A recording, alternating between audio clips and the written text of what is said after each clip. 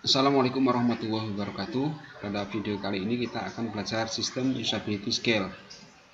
Biasanya ini disebut sebagai uji usability, di mana aplikasi yang sudah kita buat harus kita uji oleh pengguna, dan pengguna biarkan mengisi nilai-nilai yang sesuai persepsi mereka, sehingga nanti kita bisa menghitung skor dan akhirnya kita akan menemukan interpretasi dari responden tersebut, apakah aplikasi kita bagus, sangat bagus, cukup, atau kurang bagus gitu.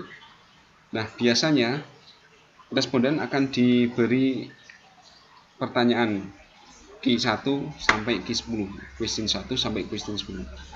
Di pertanyaan ini ada pertanyaan positif dan ada pertanyaan negatif. Contohnya, pertanyaan positif, saya merasa ingin sering menggunakan sistem ini positif. Tetapi yang kedua, sistem ini terasa rumit digunakan. Nah, ini nuansanya nuansa negatif. Jadi antara Q1 sampai Q10 untuk yang ganjil ini adalah nuansa positif atau rasa positif. Kalau yang genap ini rasa negatif. Kenapa harus dibedakan seperti itu? Karena nanti di belakang cara menghitungan akan berbeda. Di skor ini akan berbeda. Oke, kita langsung mulai saja. Nah, skala itu kita akan menggunakan skala Likert, yaitu 1 sampai 5, di mana 1 adalah sangat tidak setuju, 5 sangat setuju, dan kalau 2, 3, 4 berarti di antara itu biasanya ada yang setuju gitu dok, dan yang lain-lainnya. Oke, sekarang kita coba ngisi ya. Responden ke 1, kalau umpamanya kita punya responden sampai 10 ya berarti contohnya R1 sampai R10 kayak gini. Kalau umpamanya sampai 100 responden berarti R1 sampai R100. Kita contohkan yang responden 1 sampai 10 aja, tapi kita ngitung yang R1 saja, responden 1. Toh nanti hitungannya akan sama. Sebagai contoh, responden itu ditanya, saya merasa ingin sering menggunakan sistem ini, umpamanya dia bilang setuju gitu. 4. Jadi kalau 5 kan sangat setuju, kalau 4 ya di bawahnya setuju. Sistem ini terasa rumit digunakan, umpamanya sangat tidak setuju tapi ya rumit gitulah, 2 aja lah ya. Kemudian sistem ini mudah digunakan, ya mudah. Kemudian saya membutuhkan bantuan teknis untuk menggunakan sistem ini, butuh dan tidak butuh lah ya, 2 gitu aja. Fitur-fitur sistem terintegrasi dengan baik, umpamanya 4. Kemudian sistem ini terlalu membingungkan, oke lah 3 lah, cukup bingung tapi cukup menjelaskan juga. Kebanyakan orang akan cepat memahami sistem ini, ya 4 gitu. Sistem ini terasa tidak praktis, 2 aja lah, nggak apa. Saya percaya diri menggunakan sistem ini, percaya banget, 5. Setuju banget. Saya perlu belajar banyak sebelum menggunakan sistem ini, ya tidak harus banyak sih, 3 gitu. Nah, ini satu responden telah mengisi kuesionernya. Sekarang kita masukkan ke tabel perhitungannya. Q1 sama dengan 4. Ini kan. Q2 sama dengan 2 gitu aja. Q3 sama dengan 4. Q4 sama dengan 2 lagi. Q5 sama dengan 4.